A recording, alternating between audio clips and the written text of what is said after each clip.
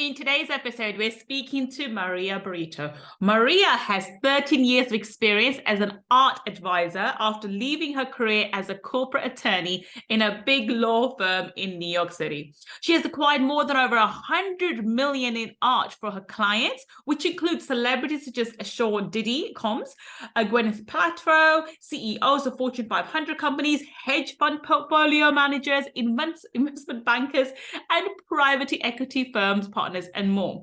Let's speak to Maria and find out how she changed her life by changing her mindset. Let's find out.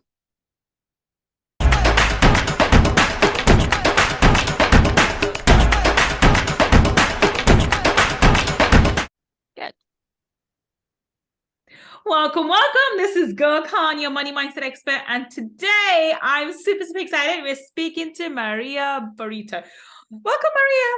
Hi, Gull. Thank you. I'm so happy to be here with you. And did I pronounce your surname correctly, by the way? Yeah, that's fine. It's fine. I don't have fixations with that. There are other things in my life that bother me more than that. Okay, thank you, because I feel like I butchered your name. Anyway, Maria, everyone's heard your intro. They know how fabulous you are, but please, in your own words, tell everybody what it is that you do. Well, I'm an art advisor, first and foremost, and I'm an author, I'm a curator. And basically what I do, and I have been doing for the past 14 years, is helping demystify the art world and art investing for laymen. And the work that I do with my clients one-on-one basically is helping them diversify their investments through art and also live with art and the pleasure and the cultural factor and the emotional connection that brings good art to my clients' lives. So that's one important part of my business. And as an author and writer, I got my book published by HarperCollins last year, exactly a year. It's called How Creativity Rules the World. And it is about how I built my business, how I transitioned from being a very miserable corporate attorney in a big New York law firm to what I do today, which has been really my dream business, my dream job. And I get to do speaking engagements around the world, talking about creative thinking for business from the lens of successful artists. So I wear many hats, but everything is anchored in the idea of having art or learning from artists or living with art and investing in it. Wonderful. Now, we're going to talk a bit about your journey. So can you talk us through a bit of your background? And you mentioned that you were an attorney before. So how did you go to become an attorney? And then how did an attorney go on to become, an art curator? So talk us through your journey. Yeah, well, look, I was born and raised in Venezuela in South America. And so I was a part of a family who had very conservative thoughts about what people do in their lives, right? Like you are an attorney or you're a physician or an engineer, something that my parents thought would be dependable and secure because obviously it's the context of where they grew up and the things that they thought could be done. And we're, in that society and in that country. So I was very prepared to do something wildly awesome with my life, like being a singer or working in the arts. And my parents were really not very supportive of that. So with time, I guess, I was like, since I was a child, when I was like, I want to be a singer and I want to be a performer, as I grew older and knew that I was going to face a lot of opposition from my family, I ended up thinking that my options were very reduced because I didn't want to deal with numbers. I just really wanted to read and write and, so I decided that I wanted to concentrate a lot of my studies in high school and college around art and art history and business, because business I love, but, the part of like dealing with equations and algebra and stats, that was not for me. So I ended up going to Harvard Law, and I loved my time there, but I I was sort of like living through my parents' expectations rather than my own. And I moved to New York in 2000 and worked in different law firms, always thinking that the next one was going to be the good one or the better one. But really, the problem was me because I really didn't want to be there. And I became quite introspective about this fact when I was pregnant with my first child and after giving birth to him, because I said to myself, I really am wasting my life doing something I don't like. Mm. I now have a child. It's not that I want to be a stay-at-home mom. That was really not my intention. My intention was like, how do I demonstrate to my kid and the one that came after that I can be someone who can fulfill a creative passion that actually is a business that brings money and that I don't have to be tied to a job that makes me miserable. I'm going to be a terrible mom. I'm not going to be around anyway, because once you are an attorney in a corporate law firm in New York City, they own you. Yep. And so since I had both, let's say, a theoretical background because I had studied a lot of art history. Mm. And I also had a very practical background on that because even though my parents were not supportive of me pursuing a career in the arts, they were very adamant that I learned by going to museums, by going on trips and learning about culture and learning about art history. And so I I didn't have to see things on books. I was really on the ground. And when I moved to New York, it was phenomenal because, we're surrounded by galleries and museums and things that I frequently went, even when I was an attorney. So that, it was the right time to do things.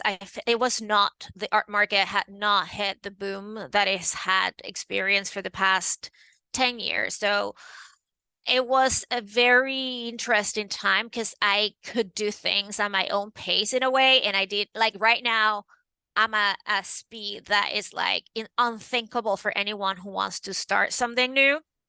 But at that time, I had my time to go and sit with people and shake hands. And also, people have more time to do that kind of thing.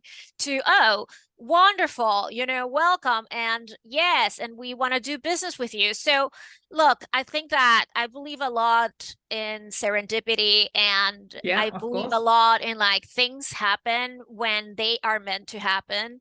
Obviously, action is required. It's not that I'm thinking in lotus position waiting for things to fall in my lap, right? But I was doing things at the right time, in the right moment, at the right city. Everything was right for me, and it was super scary. But as I look back, I think everything was divinely put together for me so that I could get to this point right now.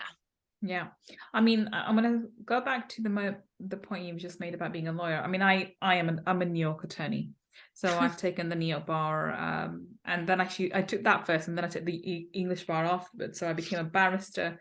Technically, I passed the New York bar exams first, but I became a barrister first, and then I took my Hippocratic oath. Therefore, I became officially an attorney after after I became a barrister.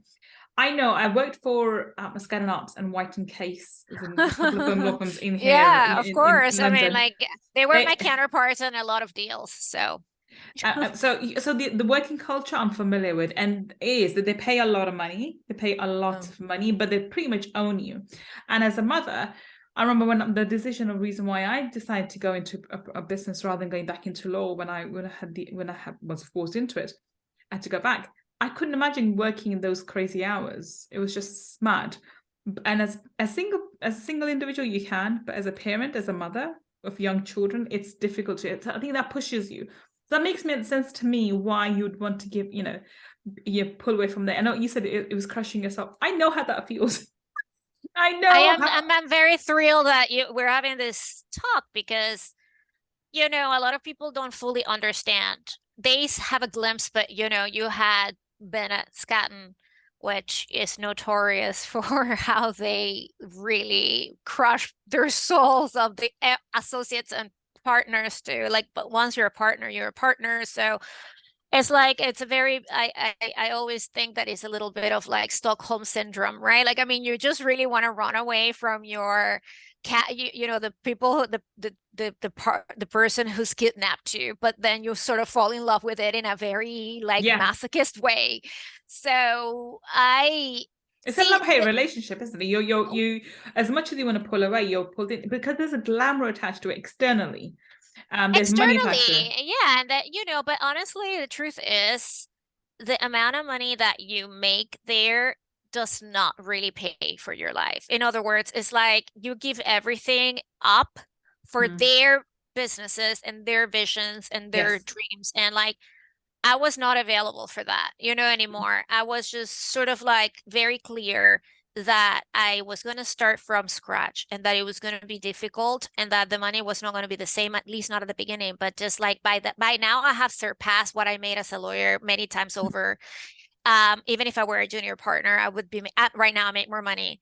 And the truth is that the law profession, while is fascinating, and I think is also one of the very few professions that are going to still require people to go to school Mm. to get a degree, and to pass the exams. I think that is changed tremendously from the ideals that people had at some Mm. point that you would go to court to argue, you know, a case and things like that. Mm. I was not a litigator. I was in corporate, Mm. which, you know, Same here. I yeah. wasn't litigation either. I was in corporate. So I don't, I mean, I again, like I think it's a fascinating career and it's solid, it's dense because you are always sort of like learning about all these different types of laws and constitutional and criminal and contracts. I mean, it's wonderful as a foundation. And honestly, I gotta tell you something, my years at law firms gave me a work ethic that very few people in the art world understand or have. It's not that people in the art world don't work hard. They do actually, but I'm like, I'm different. Like I'm, you know, they are like, how can you do all these things and answer all these emails and be having like 7 eyes? Like, I don't know. I think that I got a training where I was always looking for typos and I was looking for mistakes in contracts and I was like on call all the time. And you know, what I do right now, it sometimes could be very challenging, but it feels like fun, honestly, Mm. next to what all those many years in law firms feel. And look, I really thought if I have to quit and go to work for, you know, the legal department of a company, I'm not going to be happy. It's not even the hours. I'm not afraid of working hard. Mm. I could work as much as 14 hours right now. Like it, the thing is, the whole it's just not a motivating thing Yeah. for me, right? Yeah. I mean, just like reading papers and uh changing things and negotiating terms of things that honestly the deals were so big that my work was not to negotiate things. And even if it would have been at that level, the last word did not belong to me. I was representing banks. So anyway, bottom line is you understand it, and I'm sure people in the audience have had other opportunities to be in jobs that were not fulfilling. Yeah. I'm not saying lawyers are not necessary. I know lawyers who are happy, very few, but that was not no, it was not for me. Yeah, I mean, I mean, everything you're saying resonates with me completely. I completely agree too. And I too was in banking. I was in M&A in the banking and finance sector, so I understand. And even though it seems, you know, after all the accolades and all the hard work you're doing, your role is so small and so minuscule in this grand scale of things. There's no job satisfaction there. I think that's the point you're getting at. And I didn't feel that. If once I was removed, I could easily be replaced. That's one of the Oh yeah. things. And so, you know, I did. I left. You know, I went on maternity and then went back.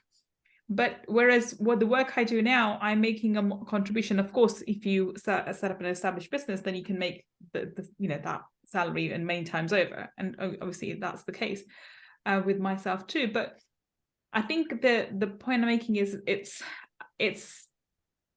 working hard it's not the issue. I think we know, but as working mothers, we work really hard because our days are structured around our family. So we have to get up, think about kids, do work, think about kids, do work, think about kids. It literally is a 15-hour, 16-hour day for most mothers, if not more, actually. So the work ethic is part of it. And I think I'm glad you said that, because I got my work ethic, but I just worked really hard when I was younger. That is when you transfer that work ethic into your own business and you're able to do that, decisively, then you're able to outwork people around you. But still, I also don't adhere to the hustle structure either. I think that we shouldn't really be hustling. We should be making a lifestyle choice, but that's not my personal choice. I'm going to ask you now, what support did you have when you made that decision of leaving your job? I mean, I didn't have the choice. I went on maternity, didn't go back for various reasons, and then I was pushed into the point of when I had to go back to work. I had a choice to make, and I purposely made a choice of going to business. What gave you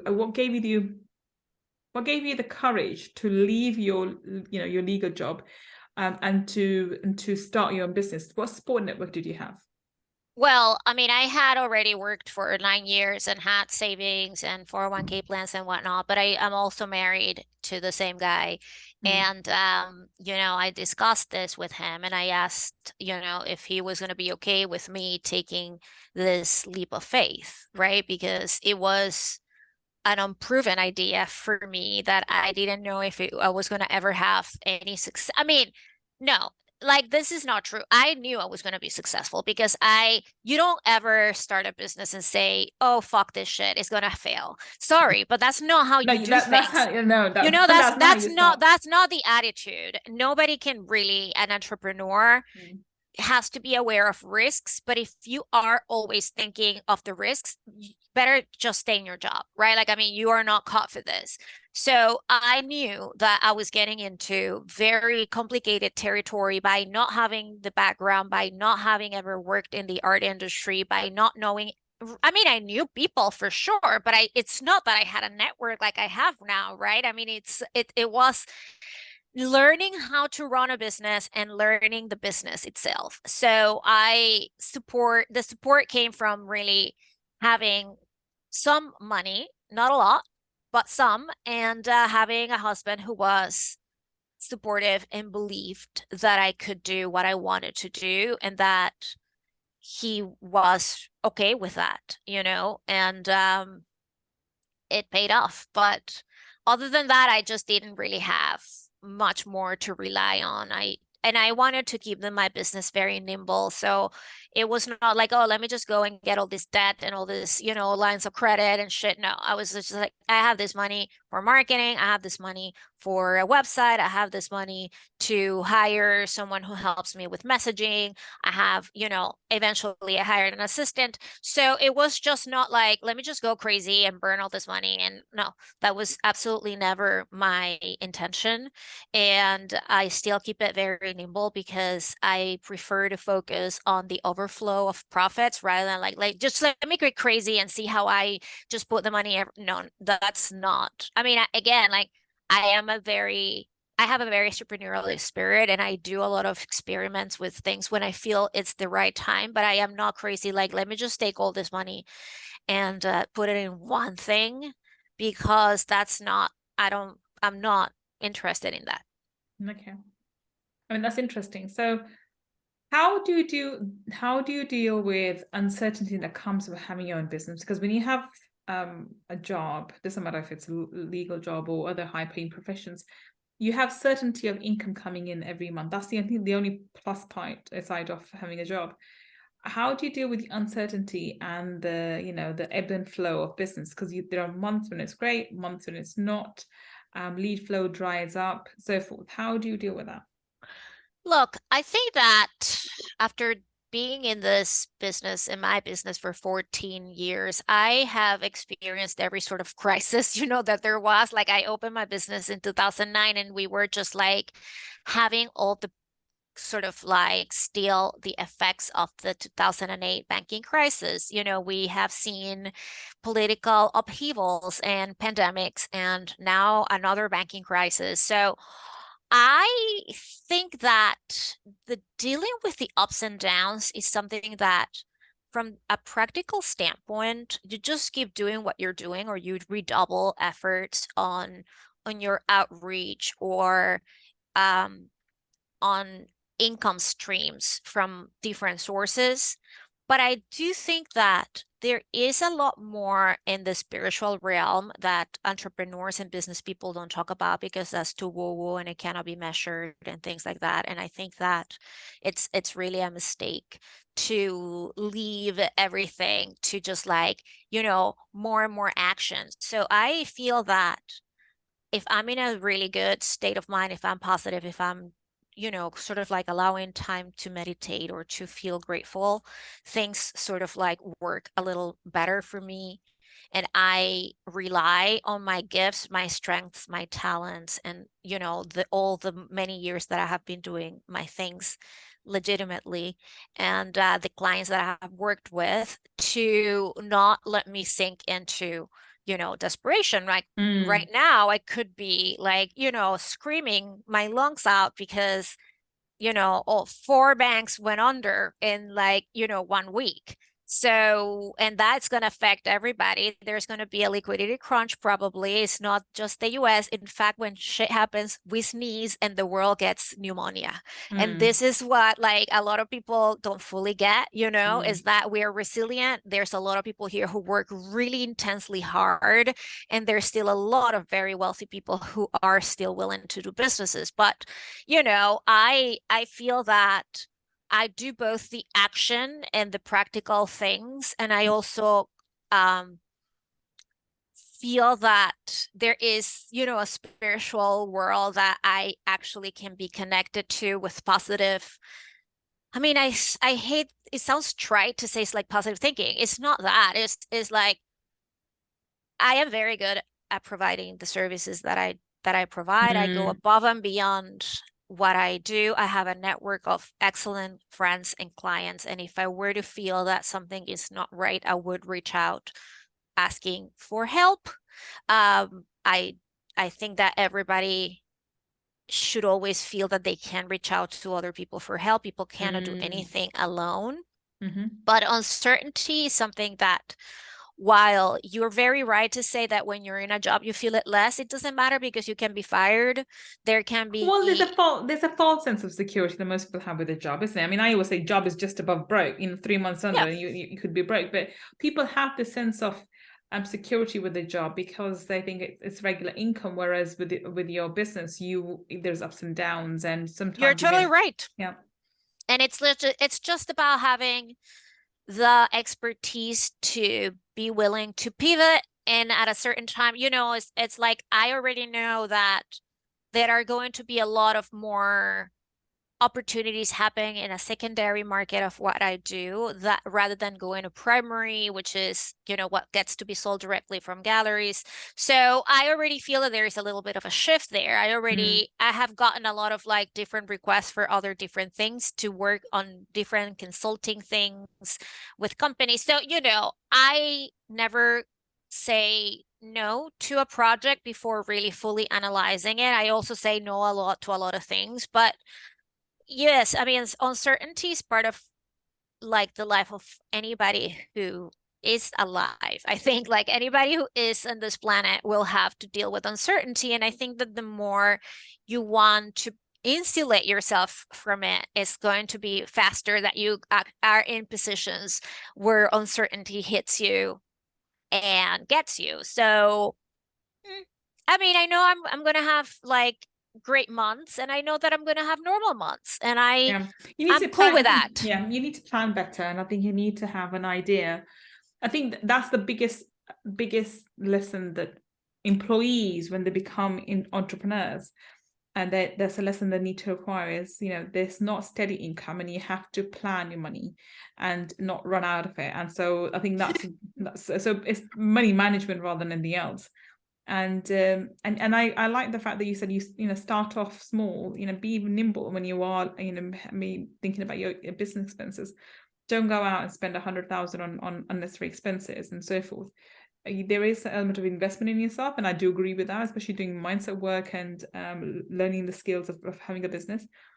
But a lot of the time, it is about making sure that the money you have, you make it go a long way, and you're able to invest in yourself, invest in marketing, and still retain a nimble business, as you put in your words. It's very important. It's very important. A lot of entrepreneurs get very excited And overspend, yeah. and overspend, think of things that are really not needed. Yeah, I think I'm inclined to say even a website's not necessary until you've got money coming in. When I first started my coaching, I just had a website on a simple one-page thing on ClickFunnels. I didn't even have a website of my own. I had my domain. I bought my domain ages ago, but I think I made my website must have been at least a year and a half into my business. And when I was about to hit the 6 figures mark, that's when I made my website. So you don't really need to have all those frills or whatever to run a successful business. Well, yeah, let's wrap this up. So what's your parting comments to somebody who is maybe in a corporate job at the moment, is thinking of transitioning over into their passion project, but has yet to do so? Well, I think that it's important to perhaps if you're not fully ready to just like leave, to do some sort of consulting on the side in your spare time, if you have any, which I think people mostly after the pandemic, with all the flexible arrangements that exist nowadays, people do have a little bit more time that they don't have to do FaceTime in offices or in, whatever it is. So I think that if you can secure a couple of interesting consulting gigs, then that will give you not only validation in your ideas, but also an in with clients, right? Because what you need to support a business is sell your services or your products to someone. And if you have a little bit of a glimpse of that, what that could be, with having a job and having this extra thing on the side, that's usually a very promising thing, that people are hiring you for something that perhaps no one else knows that you do, or something that you would, or experience that you have acquired in your job that you want to do it in a different way. So I think that is a very, which I didn't do because as an attorney, you're full-time 100%. What I was doing though, is I was suggesting artworks and artists for friends to acquire. And they were always very happy with everything. They always said, oh my God, that artist you recommended me is just killing it. They having a museum show, or the artist is, going at auction for 10 times as much as I paid, and things like that. So that was a lot of validation for me. It was not necessarily like I was mining the data and getting crazy and having spreadsheets. Oh, how many people? No, it was just a lot more, I would say, organic than that. But, I think that every human being has a lot of very specific gifts and talents, and general gifts and talents. But I think that if someone is passionate about it and they can give that to a community, a group of people, the whole world, whatever it is, they should definitely lean into it by testing and refining what works and how they feel until they figure it out that they already have something where they can go and do it on their own. Yeah, I agree. I definitely agree. I think it's, if you are that serious about it, you can do it as a side hustle until you get the validation and you're comfortable enough to take the leap of faith. So I think jumping the gun without having something validated is probably not the way to go about it. So give yourself some space of certainty by validating your offer, validating your idea, and then moving forward. Well, on that note, we're going to wrap up. Maria, tell us, how can we connect with you? Where can we find you on the internet? Yes, my website, it's mariabrito.com. That's BRIT as in Tom O.com. And then you have links to all my social media handles and whatnot. And also there is a form. If anybody wants to email, there is a form where you can fill it out and reach out. Wonderful. Now, if you are listening to us on the podcast, and the links that Maria just mentioned, her website and her social media handles will be on the show notes. And if you're watching us on YouTube, then down below in the description section, we'll have all the links as well. Go check her out and see if she can help you with your art. Thank you so much, Maria, for being our amazing guest today on Friday Feature. We have to have you back on Money Talkies, but today, thank you so much. Thank you, Gull. I'm thrilled, and I'll be back in the talkies. Thank you so much. I will be back with another amazing guest, finding out how they changed their life by changing their mindset. Until the next time, this is Gull signing off. Take care and bye for now.